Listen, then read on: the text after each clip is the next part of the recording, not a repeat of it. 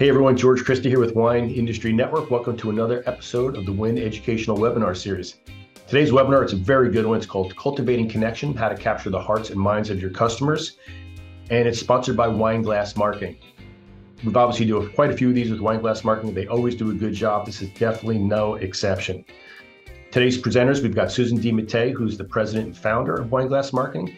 She's going to be joined by Gaynor Strachan-Chun, who is the head of strategic planning, also with Wineglass Marketing. And they're going to take a little, deep dive into why it's not only important to cultivate a really good list, whether it's, wine club or just your mailing list, but why it's equally important to really understand who your customers are, really get to know them, understand their buying habits, obviously what they like and what they don't like, how they like to be communicated with, when they typically make purchases, how much they usually purchase.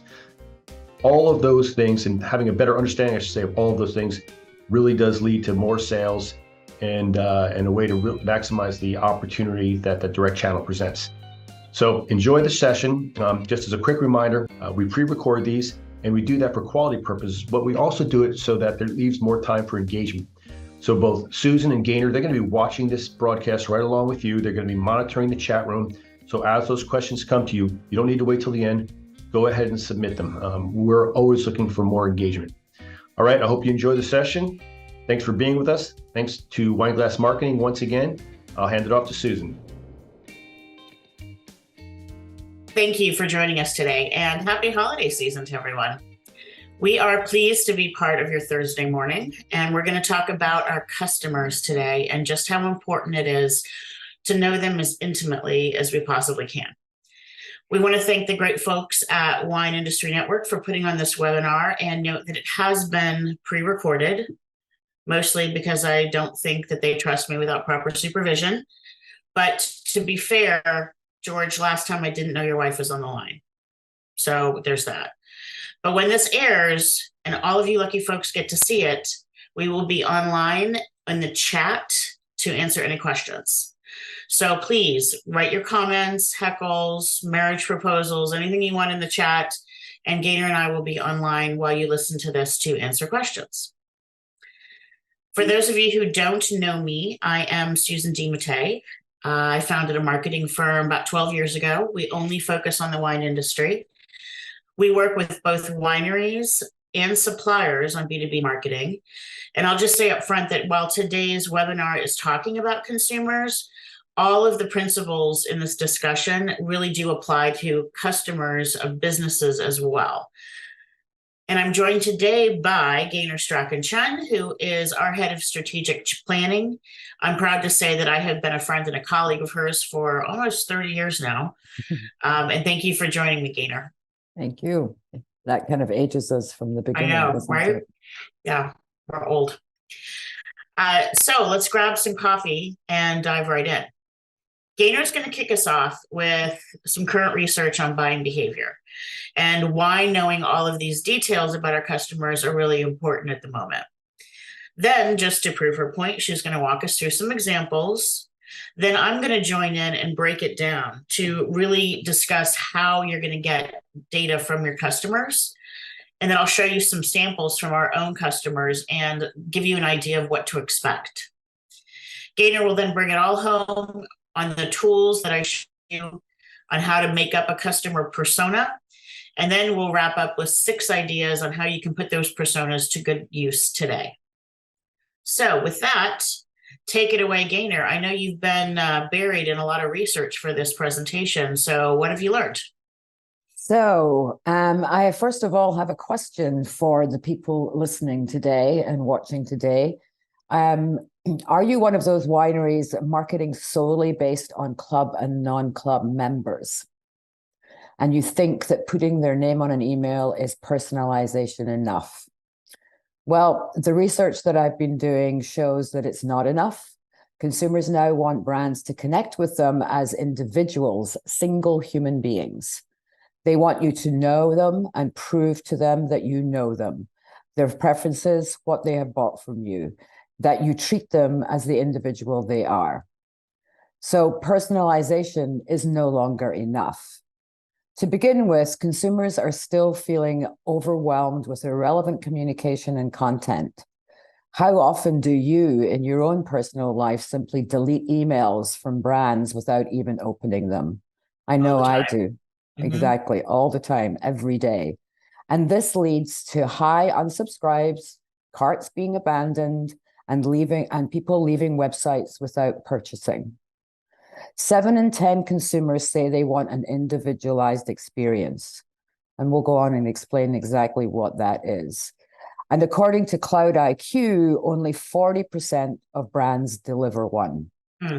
And a whopping 92% of consumers are unlikely to engage with marketing that only addresses them by name. So be warned. 45%, though, will engage with marketing messages tailored for them as individuals. Hmm. So next slide, how do consumers define individualization? They want to be treated as a human being. Our digital lives, while convenient and efficient, and I think we can all agree on that, are dehumanizing. And this is pushing consumers to seek out those brands that know them as individuals and don't treat them as just another email address, or a list or on a list. Sorry, not just another email address on a list or a generic visitor to the brand's website. And many are growing nostalgic for a pre-digital era, even those who have grown up digital. In other words, next slide, please. In other words, they don't want to be lumped into a big segment. They want you to recognize them as a segment of one. Research shows consumers want to feel value. A whopping 70% of Americans are craving deeper, more personal connections with brands. They want brands to know what they buy and craft offers accordingly. They want you to remember them, to listen to them, and to feel that they are in control, not the algorithm. So what are they looking for in an individual experience? What are they craving? They long for that good old-fashioned small local in-store experience. They want you to know their history, acknowledge it, even celebrate it, know their preferences, and recommend products and offers based on them. For example, the last time you were in your store, you bought X. So maybe we might want to look at, got this great pair of jeans. So maybe you might want to look at today at sweaters or shirts to go with those jeans. They want you to take them back to where they were on your website, not ask them to go through the age gate again and start from scratch. Fundamentally, they want a conversation, even if it's digital. So what does this mean? How does this play out? So here's a email example. An individualized email displays offers and products based on personal past purchases and browsing history. This is what they're looking for. These emails don't display all products or products that customers are not even interested in. Why are you sending me email about your new releases in Sauvignon Blanc when you know that I only drink Cabs? They display offers and products relevant to an individual customer, and that customer is defined, and you know them, and you know what they like. They can be female, 42 years old, enjoys drinking wines with friends, only buys Cabs, and has purchased wine online from you 6 times in the last year. These are important details that they want you to know. And luckily, individualization is no longer the remit of big data. Dynamic content is now easily executed. For example, if you don't open an email for a week, you don't see out-of-date offers and information. The email has been automatically updated. You see updated information individualized for your preferences and the time you open the email. Individualization allows for specific algorithms to align with consumers' behaviors and habits in real time, and it's now easier than ever to get to this point. To illustrate, here are some examples. This one is from EasyJet. This is an email to somebody called Alex, and it literally outlines Alex's history with EasyJet. It's a long email, but as you can see, it is a very individualized kind of like calendar, if you like, of how often Alex has flown EasyJet, where he went, and kind of like how many other destinations he could potentially go to. It is a very meaningful and comprehensive email that shows that EasyJet really understands this customer and is happy to see them kind of like, flying with them again. The next, it's interesting at the bottom, it even says to celebrate your 20th birthday. So it's even triggered by, a milestone in their event. Yes, exactly. It's it is interesting. They kind of like meld the two together. Mm-hmm. So cool. which is very cool. The next example is Stitch Fix. I love Stitch Fix. I know Susan loves Stitch Fix. Maybe she should give this example. But Stitch Fix has basically reinvented, if you like, how you buy fashion. And they've very much recognized from the very beginning that it takes people and algorithms to create kind of like this new model. Data science is their culture. I mean, they are proud of that. They deliver personalization at scale, transcending even traditional brick and mortar and e-commerce retail experiences. What they do is you have maybe Susan can explain this better, but you have a stylist that works with you. You take your measurements, you give them their budget, you kind of like go through a quiz so that they can determine what your style is. And then they send you boxes. They send you boxes of clothes that all fit together and can be kind of like, interchanged in order for you to try and decide whether or not you want to keep them or not. And if you don't, then they kind of like log that so that in the future, they don't send anything back to you that you haven't liked in the past. Yeah, it's really, they get so much data.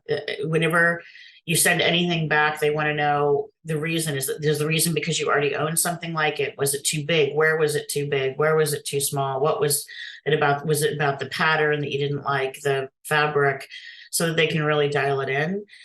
And then the other thing I love is when they send you your package, there's QR codes that come with them, and you can just go on your phone and it'll show you like things that go with it. And they remember what you ordered like months ago. They'll be like, remember those pants, the black crop pants you got in May, these sandals will go really good with them. My stylist Caleb is amazing, and I just really, when you go to their site too, the site only shows you things that go with what you have.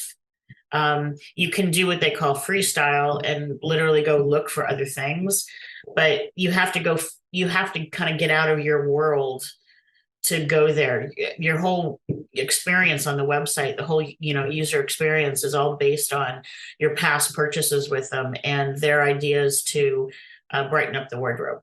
It's really, really well done. And I think the other really important thing here is they still really recognize that human element in shopping, the feeling of finding something you weren't expecting or you didn't expect, to suit you.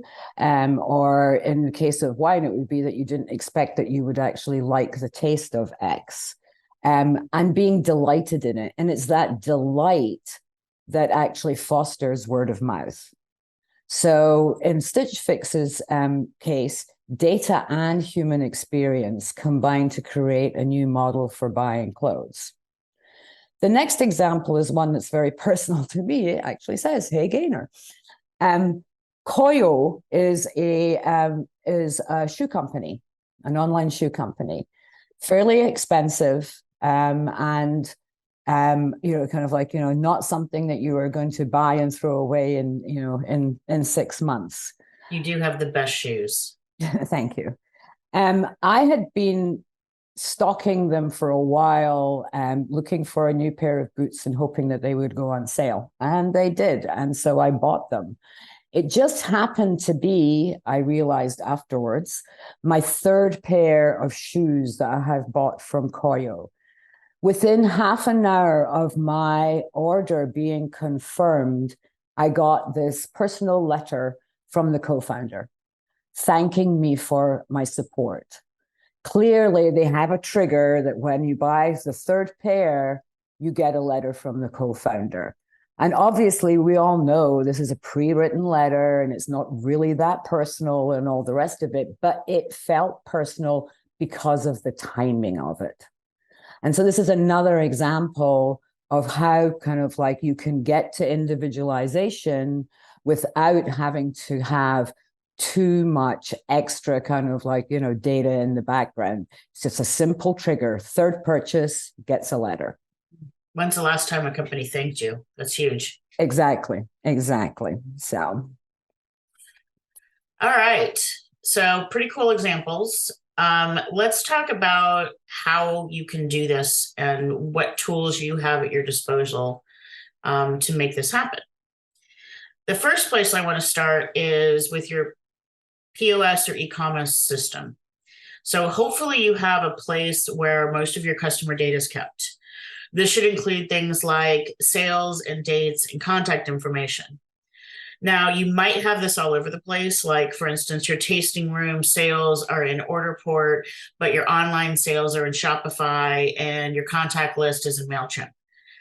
If that is the case, it would be a smart investment to get a single tool or a platform that has all the data together. But if you don't have that option, you can still take good records and you can collate the different input sources together. The key here is try to set up a unique identifier for each customer, like an ID number, and that will go across all your platforms. So with that, you can use that as the key to put your puzzle together. So first step is to get your data in a usable form. Personally, I'm kind of old school. I like good old Excel, and I use that to export for the data, and then I sort it. Now, everyone, of course, is talking about AI right now. One of the cool things AI can do is analyze your data for you and point out some observations. I've been playing around with a couple of AI plugins. There are a million tools out there. All you have to do is Google best AI tool for data analysis, and you'll get 50 articles. You can spend all day sifting through them. Personally, I haven't found one that I like as much as just digging into Excel, but take into account I am a tremendous nerd. So admittedly, you might be able to find something that's quicker than that, but I really like, the hands-on approach. So maybe go give some trial offers, before you really dive in and buy some things, but they can help you. Just a note, though, if you do use anything in the cloud or upload anything online, paid or free, don't be a jerk. Don't upload all of your customer data to some random internet place. Make sure you take out what they call PII data, which is personal identifiable information. Those are things like the names, the email addresses, and a physical address or a phone number. Just use, again, an identifier like a customer ID to keep track of who's who. Now, whether you're going to analyze the data by hand or use some sort of an analysis tool, you'll want certain fields. You'll want the location or address so that you can do any kind of geo-targeting or local programs. You'll want to know when they were put in the database so you can get an idea of how long they've been active or inactive. You want to know how many orders so you can get frequency programs. You want the lifetime value. It's very important to know the lifetime value because it tells you how much a customer is worth to you, which in turn will tell you how much effort or money you can spend on acquiring new customers or keep existing ones. If you know how many orders they've had, and then you also know their total value, you can then do the math and you can figure out their average order value. An average order value is especially helpful when you're trying to determine offers, which we'll talk about later. If you can get on the first order date and the last order date, that can help you with what we call recency and also the purchase patterns. And then finally, if you have any customer classifications like club membership, you want to know that detail. So this is what a typical export out of Wine Direct or Customer or Commerce 7 would look like. I have kept the customer numbers, but I've removed all of the personal identifiable information for this view. This isn't a complete picture of my customers, but it's a start. So let's look at what I can tell from this data.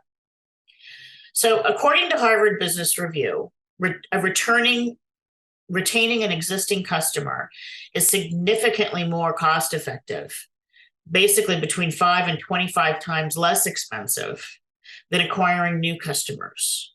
So the first thing I'm going to want to know is what percentage of my database said yes to an order and what group has said no. I'm going to call the no's the non-buyers or prospects. Typically, people overlook prospects in their database, but there are many things you can learn from them. This is usually one of the first things Wineglass Marketing looks at to determine if the customer or winery should be spending money on acquiring new customers, or if there's some conversion of existing prospects still to be had. Once I know how many I have, I want to know how long they've been sitting there. Now, I personally think that anybody that has been in your database for longer than 2 years or 24 months and hasn't purchased is probably likely never going to purchase. Now, I wish I could validate that gut reaction, and I have looked for a benchmark, but I can't find one. But that's the rule that we tend to work on, that if they've joined the database within 2 years, they're still fair game, and we should try to convert them to a sale. But after that, they're probably just dead weight. And then finally, if you have it, you want to look at where the leads came from.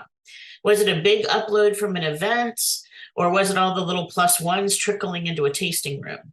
Maybe it was signups on a website. By tracking the source of non-buyers, you can identify some efforts that maybe are bringing you a lot of traffic, but not necessarily sales. Now for our buyers, we have a lot more fields to look at. Here's what we call a classic RFM analysis, which stands for recency, frequency, and monetary value. For recency, just like with prospects, we want to know when they joined the database, but also how long has it been since they've ordered.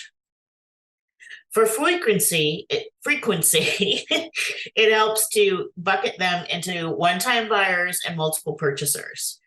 I kind of think of these two groups as trials and true customers. You know, a first-time purchaser maybe went to the winery and tasted, but they could have been there for a bachelorette party or just on a date with somebody else who's the wine consumer.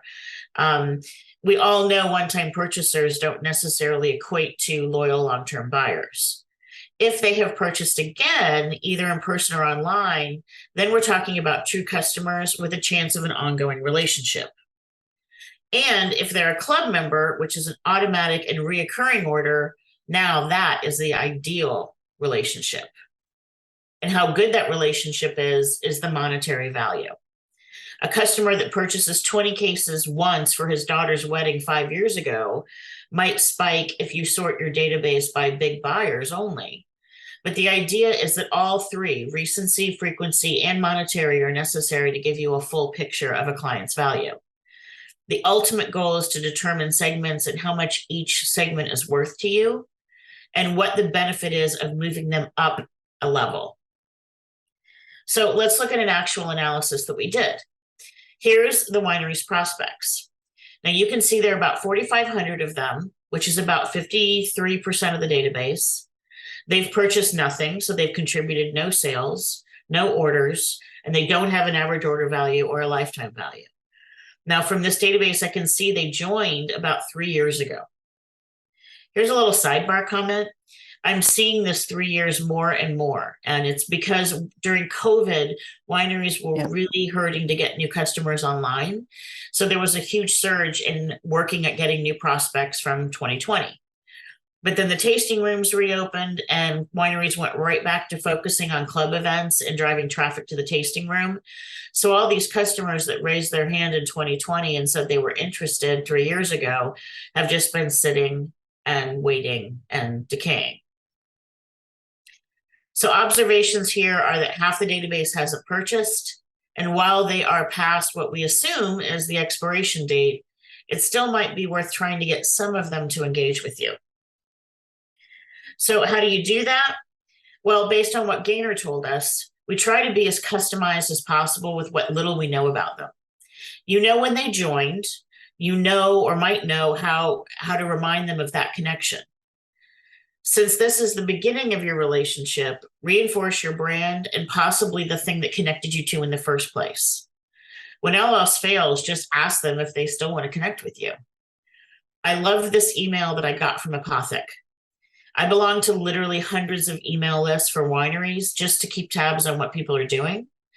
I always open them, but I really rarely click on them. Apothic actually realized that and basically asked me what's up.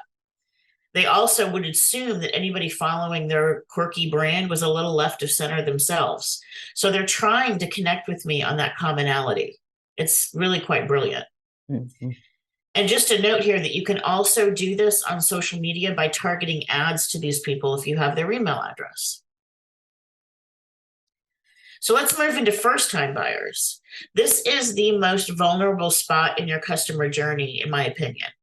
They've met you, they've heard your best pitch, they bought something, but again, whether or not they turn into this truly valuable repeat customer is entirely based on you. The ball is in your court. So for this client, about 32% of their database is in this bucket, and they've only contributed 22% of the sales and 21% of the orders.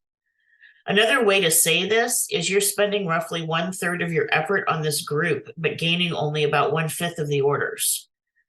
Constantly getting new first-time buyers is always an expensive way to do business.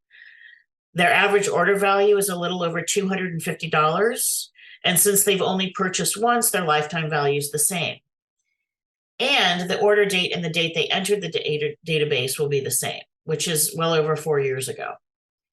What we can tell you here is that this winery drives a lot of people to the tasting room. They make that initial sale, and then this winery clearly doesn't do a great job with following up with these customers. So our takeaway here is that roughly 30% is likely too old to re-engage at this point. What we could probably do is dig a little bit deeper and find the more recent additions in this 2,800 people and focus on them with an offer that was somewhere around $250 because that's what they were comfortable spending. If we look at the buyers who have purchased multiple times, we see a different story. In this winery, their multiple buyers are only 13% of their database, but they have contributed almost half of the sales. So this is a small but very mighty group. Doing the math in my head, each customer has ordered about 7 times, which gives them a high lifetime value, but a low average order value. So the follow through here is the winery isn't increasing the bottle count or the wine price with these customers. They're just getting repeat small orders. These customers have been in the database for over 4 years, but they purchased in the last 14 months. So there's an opportunity here to continue to engage this group and gradually bring the average order value up by offering them promotions around $250, $275. Oftentimes, wineries will focus so much on their wine clubs that they forget this really important slice of their database. They overlook the value that repeat non-club customers bring to their bottom line. So for buyers, you have a lot of information for personalization from their customers to you. You know the products that they purchased. You know if they came to an event or through the tasting room or online. You even know how much they want to spend. All of these are clues to their purchase patterns, so try and build off of that to encourage the relationship. Now, the example here is acknowledging that a first-time purchase and providing not only a dollar incentive, but a 15-day limit on that offer to create excitement and urgency. And then they suggest products based on that first order. So look at the club. Let's look at the club. This client has a little bit of an anemic club. It's less than 3% of their database, but it is a strong contributor to their sales. There's a high average order value. But again, when you look at the number of orders and the lifetime value, you can see again that it's really the frequency that's driving the true value here. The tenure on the club is impressive, though, with an average of 41 months. So obviously they want to grow their club. I would be a little concerned that such a small group of customers is holding 30% of my value in their hands. So I would want to diversify that if at all possible, just to give myself a little more stability. So when you have a loyal core like this, you want to pull out all the stops to communicate to them as specifically as possible. And in my opinion, nobody does this better than Sephora. I have been a Sephora customer for years, and every email I get from them is kind of like a hug from an old friend. Mm-hmm. I have been they remind you of their loyalty points in the very top of every email.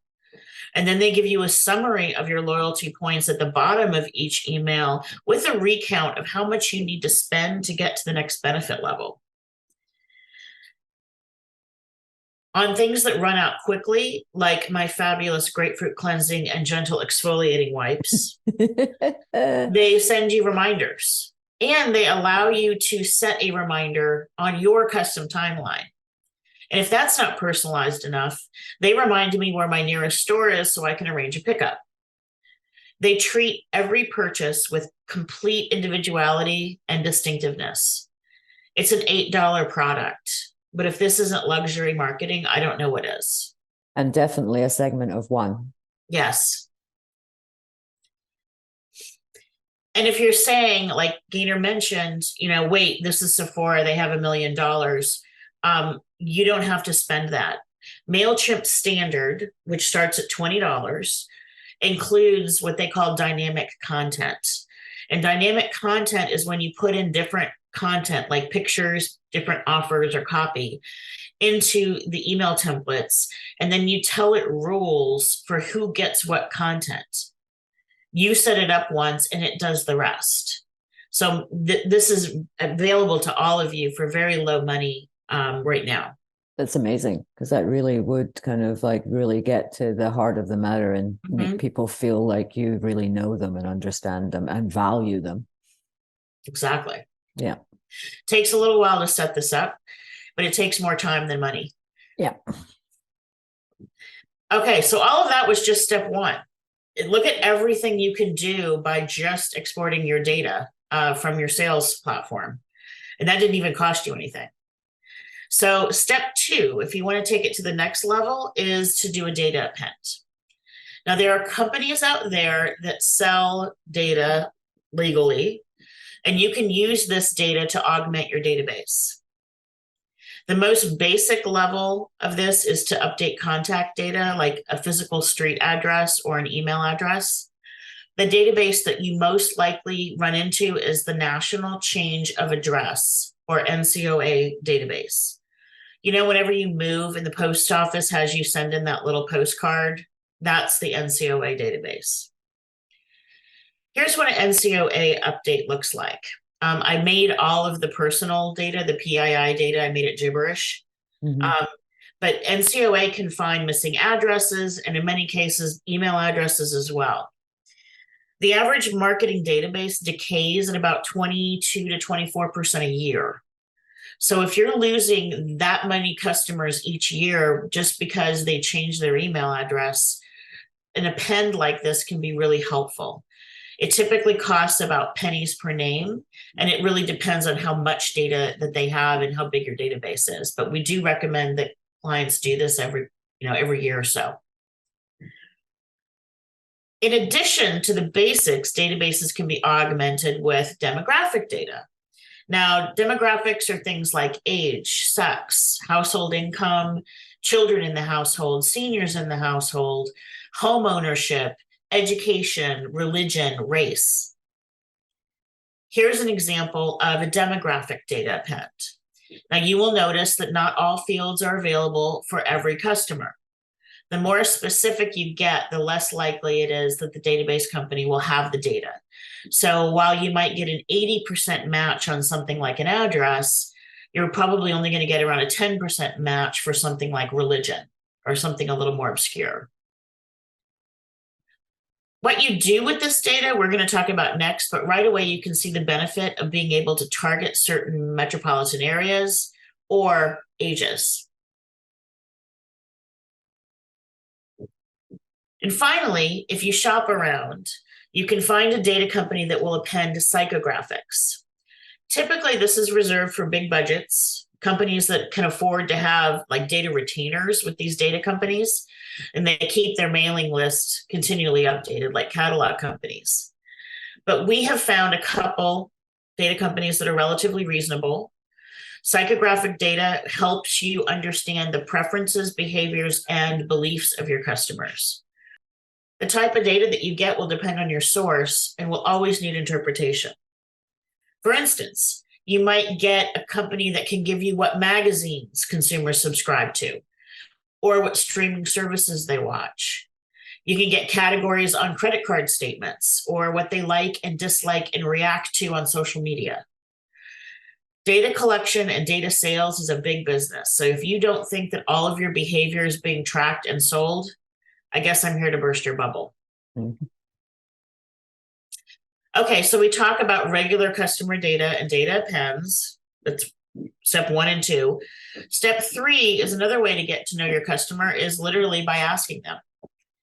Surveys are a great way to find out what your customers really think. And they're typically, customers are really honored that you ask them their opinion. We work with our clients on surveys all the time, and we have an account on SurveyMonkey that makes it really professional and easy to do, yet very affordable. There is a science to how you pose questions, though, and it's not something that you should just sort of do without thinking it through.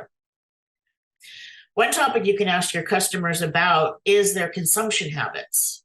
Here, we've asked about frequency of consumption and their purchase behavior. Another interesting area to probe might be spending thresholds or how they make purchase decisions, like we've done here. If you're letting these customers be anonymous, they should feel comfortable about being honest about what their motivations are when they're purchasing wine. But for me, the best part about surveys is you finally get to ask, why haven't you joined the club? Or why haven't you purchased with us in a while? These are things that we can typically only speculate about with customer data. So now with surveys, we can finally find answers about the barriers. Okay, so database, appends, and surveys. What else can we do to learn about our customers? How about asking the people who deal with them every day? I haven't met a tasting room or club manager yet who doesn't have a strong opinion on what their customers wanted. Mm-hmm. They know what sells, they know what the biggest complaints are, and they know what their customers respond to. So don't forget to ask your staff for observations, conversations, or opinions about the customers they support. So Gaynor, we've reviewed 4 ways to collect data. Now what do we do with them? Before I move on to that, can you go back to your frontline slide? I just wanted to make an additional comment. Yeah. The in-store example, the in-store experience that people are really seeking, that personalized and individual in-store experience, happens every day in tasting rooms. And so to just further Susan's point, your tasting room staff are those salespeople that know what your customers like, what they don't like, etc. So it is really important, as Susan said, to make sure that you really do get their observations, not just once, but on an ongoing basis. Set up some kind of forum where they can tell you exactly what's going on, what shifts they're seeing, even shifts in the types of customers. Yeah, it's like having a focus group every day. Exactly. It's so valuable and quite often overlooked. So now we have all this data. What do we do with it, and so that we can actually use it? What we do, excuse me. is create personas. So what are personas? Personas are highly segmented groups of customers or prospective customers. They are research-based characterizations of subsets who share similar interests, behavior, and motivations.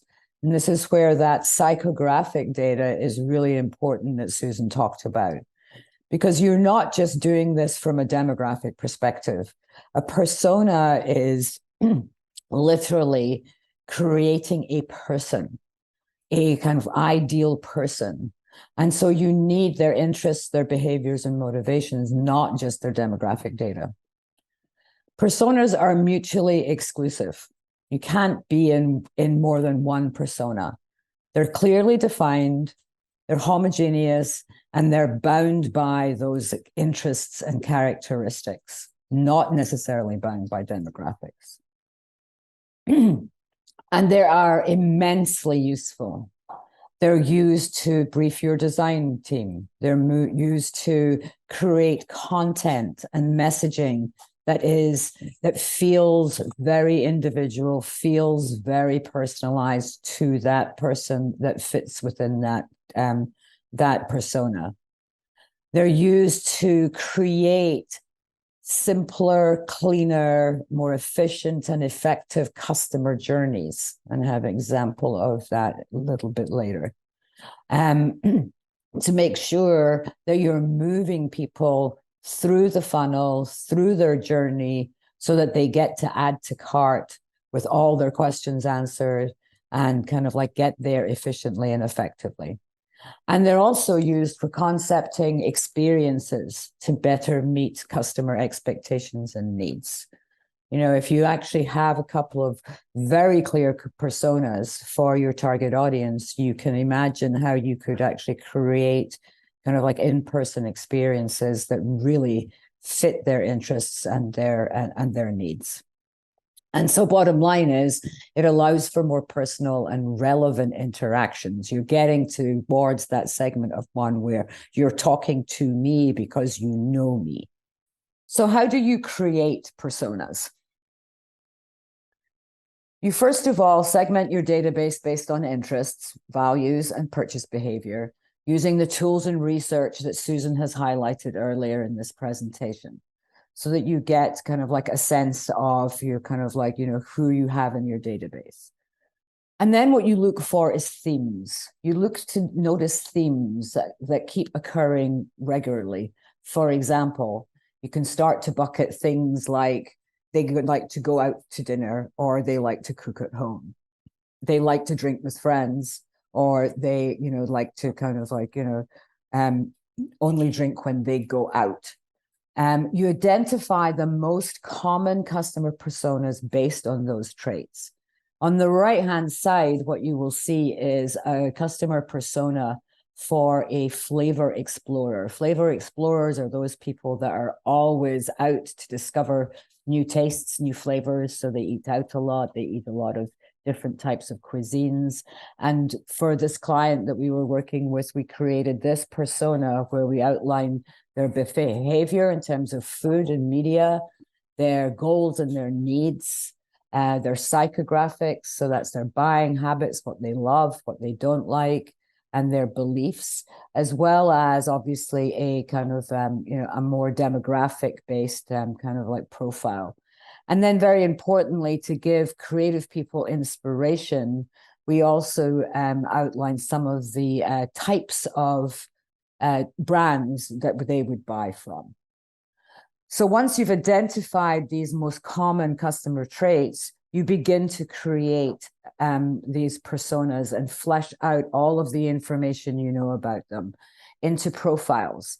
And these profiles really need to sound like you're describing a friend. This is not kind of like, you know, a boring analytical kind of like, you know, by the numbers thing. You have to put a little bit of emotion into these and really kind of like make it sound like, you know, you are friends with Anaya and Andre Jones. But you won't necessarily always have one. In fact, typically you will not just have one persona. there will be a number of personas that you can identify within your database and within your data. Here, this client that we worked with had 5 personas. Sorry, 5 personas. I can't count. Anyway, but what you can clearly see here is the reason why we really focused on the flavor explorers, because 40% of their buyers were in were defined as flavor explorers. And then secondly, we also then created the same kind of profile as I showed you on the previous slide for the adventurer, which was their second highest. And then we used those 2 personas to make sure that we had content for each. Now, when you do content, especially when you're doing social or you're doing ads, you do not put 2 messages in one. You create individual content for the individual personas, remembering that people want you to speak to them, not to them and their adventurer friends. This is another persona example for a client that we worked with, who I will actually show you some of the work in a minute. But their primary persona was the conscious consumer. The conscious consumer is active city dwellers. They incorporate their values into all of their decisions. They're very thoughtful shoppers. They're very analytical. They take longer than average to reach a purchase decision. These are not just people that are into sustainability. These are people that make very conscious choices based on the brand's purpose and how the brand is treating the planet. So they are going to look for products that not only reduce the bad, but create good. They're very skeptical. They want details. Just saying you're sustainable and doing the normal generic sustainability claims does not work for these consumers. They value reviews and they do a lot of research. However, they're consumers too, and they like offers. But, you know, in this case, what we thought about was, well, let's give them time-bound offers, because that then gives them a time within when they have to make their decision. Otherwise, as we said, their decision can kind of like drag forever, and that's not what we want. The first thing that we did with this conscious consumer persona in mind was craft the UX, the user experience of the website. This is Capali Rum, which is the client we were working with, to make sure that they could get the information they needed to make their decision really quickly. So what you can see here is a very pared down navigation. Obviously, we have the rums, but then we have the crafting process of the rums, and then how to make cocktails with the rums. And then on the right-hand side, it is all, if you like, the detail information, the ecosystem that surrounds Capali. Capali is very purpose-driven. In fact, the purpose came before the rum came. Then introducing them to the people that work for Capali, and then the press so that they have their reviews. So if we look at, and then each piece of each page that you went to, so if you can go to the next page, this is the top of the rum page, starts with a very concise description and information that this conscious consumer will actually kind of like gravitate towards. So the copy is written very much with them in mind, not everybody else that might actually perhaps or maybe actually buy this rum. So here we talk about only the 3 ingredients. We talk about kind of like the fact that it's a clean rum, it has no molasses, no added sugar. And we illustrate that with illustrations. And then we go on and obviously describe all the different types of rums that they can buy. On the next, for the crafting process, we start with this really succinct headline: farm to bottle, we own the entire process. And again, remember, we're talking to conscious consumers. And so we tell them up front, our farm grows and harvests this sugar cane. Our zero waste designed copal tree distillery crafts the products. And then tell them a little bit more about kind of like, how those two, the farm and distillery, came to being, and the fact that they are two pillars of the ecosystem that they have created. What you don't see here is their read more button, and there's further illustrations if they really want to dig into this. But we very concisely give them the information that a conscious consumer would want. And then when we go to the ecosystem page, we have illustrated the full circle ecosystem on the left-hand side. And then again, made a very, very concise statement about the priority always being to have the smallest impact on the environment and the largest impact on the people in the community. This brand actually kind of like was created to make sure that the people of Punta Gorda in southern Belize did not have to log the rainforest, which was the only employment in the area until Kapali Rum came in and created the farm, the distillery, and the brand. So that is an example of how you can use it in UX. And you can obviously imagine how you would be able to use it in social, in terms of really getting into the heads of the audience, the persona that you're trying to write for, and making sure that you are kind of like, constantly using that persona to guide you, and even down to voice and tone. And it works, right, Susan? Yes, it does. We just finished the site this summer, but already we have been winning quite a few awards with it. The Muse Awards, which is the excellence in digital creativity, but focused on branding and strategy, gave us a gold. And then the W3 Awards, and that is from the Academy of Interactive and Visual Arts, we got a silver. The OMMA, which is the awards for online media marketing and advertising, and it's some really big awards. We were a finalist. We were one of three, and we lost to Sam Adams Beer for your cousin from Boston site. So we were so close there. And then just congratulating you, Gaynor, for the Marcom Awards this year. Not only did we win Best Consumer Site, but we won Best Copywriting. So, and I know you wrote all the copy on that site based on those personas. So congratulations there. Thank you. All right. So what can we do right now? What can we do here today? Let's wrap all of this up. We're almost done, but there are some to-do lists for you guys. First and foremost, probably the most obvious thing you can do with personas is targeting ads or targeting your boosted posts. If I were to ask you to tell me about yourself, you probably wouldn't say, well, I like wine, and just leave it at that. But yet, when we're targeting our ads, we tend to enter in words like Cabernet, Napa Valley, wine tasting, winery, and we just leave it at those keywords of interest, like the person that we're trying to target isn't a well-rounded, complex person. So what we like to do is, when you know a little bit more about your customer, flesh out those interests with personas. For this particular client, after looking at affinities in Google Analytics and doing some research, we found out our target was also interested in finance and equally interested in travel.